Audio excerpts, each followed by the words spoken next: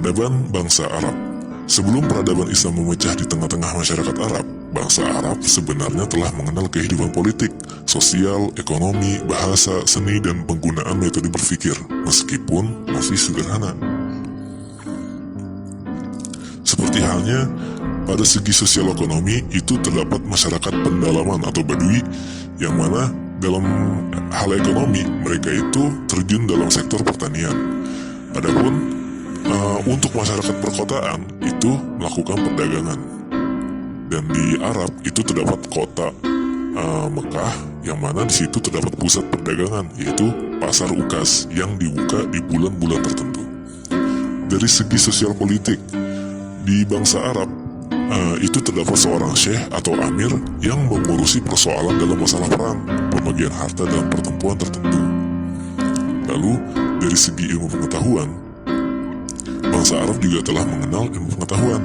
Di antara ilmu pengetahuan yang mereka kembangkan adalah ilmu astronomi, yang orang-orang Babilonia ini mereka bawa dari negerinya ke negeri Arab, yang mana mereka itu lari ke negeri Arab di saat negara mereka diserang oleh bangsa Persia. Selain ilmu astronomi, mereka juga mengembangkan ilmu meteorologi atau ilmu iklim untuk mengetahui suatu peristiwa berasal dari orang-orang Kaldam. Nah, yang ketiga, orang-orang Arab juga mendalami ilmu pengetahuan tentang pengobatan penyakit atau tabib. Nah, dan ini juga berasal dari orang-orang Kaldam. Selanjutnya, tentang agama dan kepercayaan bangsa Arab. Dalam cerita para nabi, sudah ada beberapa nabi yang diturunkan di negeri Arab, di antaranya Nabi Ibrahim. Karena itu, sejak awal, ajaran Tauhid sudah tertanam di masyarakat Arab. Setelah berpuluh-puluh abad, ajaran tersebut mengalami perubahan, yang akhirnya masyarakat Arab banyak menyembah berhala. Bangsa Arab mulai menyembah berhala ketika Ka'bah di bawah kekuasaan Jurhum, yang dipimpin oleh Amr bin Lubai dari keturunan Khuza'ah, datang ke Mekah dan berhasil mengalahkan Jurhum. Kemudian, Amr bin Lubai meletakkan berhala besar bernama Hubal yang terbuat dari batu ajuj merah, berbentuk orang, yang ditempatkan di sisi Ka'bah.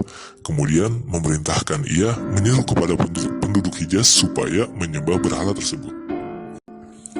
Saat bangsa Quraisy berkuasa kembali di Hijaz, Ka'bah sudah penuh dengan berhala yang berjumlah lebih dari 360 buah. Di antara berhala-berhala yang dianggap penting antara lain adalah Lata, Uzza, Mana, dan masih banyak lagi seperti Asaf, Nailah, Wud, Yagut, Suwa, Yang, Nasr, dan Manaf. Selain menyembah berhala, bangsa Arab juga ada yang menyembah malaikat, bulan, bintang, dan matahari. Lanjut ke sosial budaya bangsa Arab.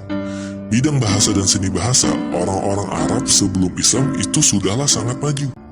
Di antara poinnya itu adalah bahasa mereka sangat indah dan kaya. Lalu, penyair sangat dihormati. Juga ahli pidato mendapat derajat tinggi seperti seorang penyair. Lalu yang keempat, salah satu kelaziman masyarakat Arab jahiliyah adalah mengadakan majelis atau nadwah sebagai sarana untuk mendeklamasikan sajak, bertanding pidato, tukar-menukar berita, dan lainnya. Selanjutnya mengenai politik masyarakat Arab sebelum Islam. Berdasarkan teritorial, masyarakat Arab itu terbagi menjadi dua. Yang pertama ada masyarakat kota yang tinggal di kota perniagaan Arab. Yang kedua ada masyarakat pendalaman yang menggembara dari suatu tempat ke tempat lain. Beberapa kerajaan di Jazirah Arab yang tercatat ini ada kerajaan Kindah, kerajaan Ma'in dan kerajaan Qotban, ada kerajaan Saba, kerajaan Himyar, kerajaan Hirah, kerajaan Ghassan, dan Hijaz. Nah, di kota Hijaz ini, kota terpenting di Hijaz adalah Mekah, tempat Ka'bah berada. Di abad ke-5 Masehi, suku Quraisy itu berhasil merebut kekuasaan Mekah dan Ka'bah dari kelompok Khuza'ah. Mekah mengalami kemajuan di bawah kekuasaan Quraisy.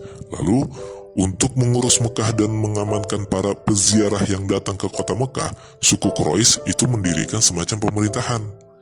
Nah, di dalamnya itu suku Quraisy juga mengatur urusan yang berkenaan dengan Ka'bah. Ada 10 jabatan yang dibagikan kepada kabilah dari suku Quraisy, yaitu Hijabah yang artinya pemegang kunci Ka'bah, Sikoyah pengatur air mata Zam-Zam, Diyat, kekuasaan hakim sipil dan kriminal. Sifaroh, kuasa usaha negara atau duta. Liwa, jabatan ketentaraan. Rifadah, pengurus pajak bagi fakir miskin. Nadwah, jabatan ketua dewan. Khaiman, pengurus balai musyawarah. Khazinah, jabatan administrasi keuangan. Dan azlim, yaitu penjaga panah peramal.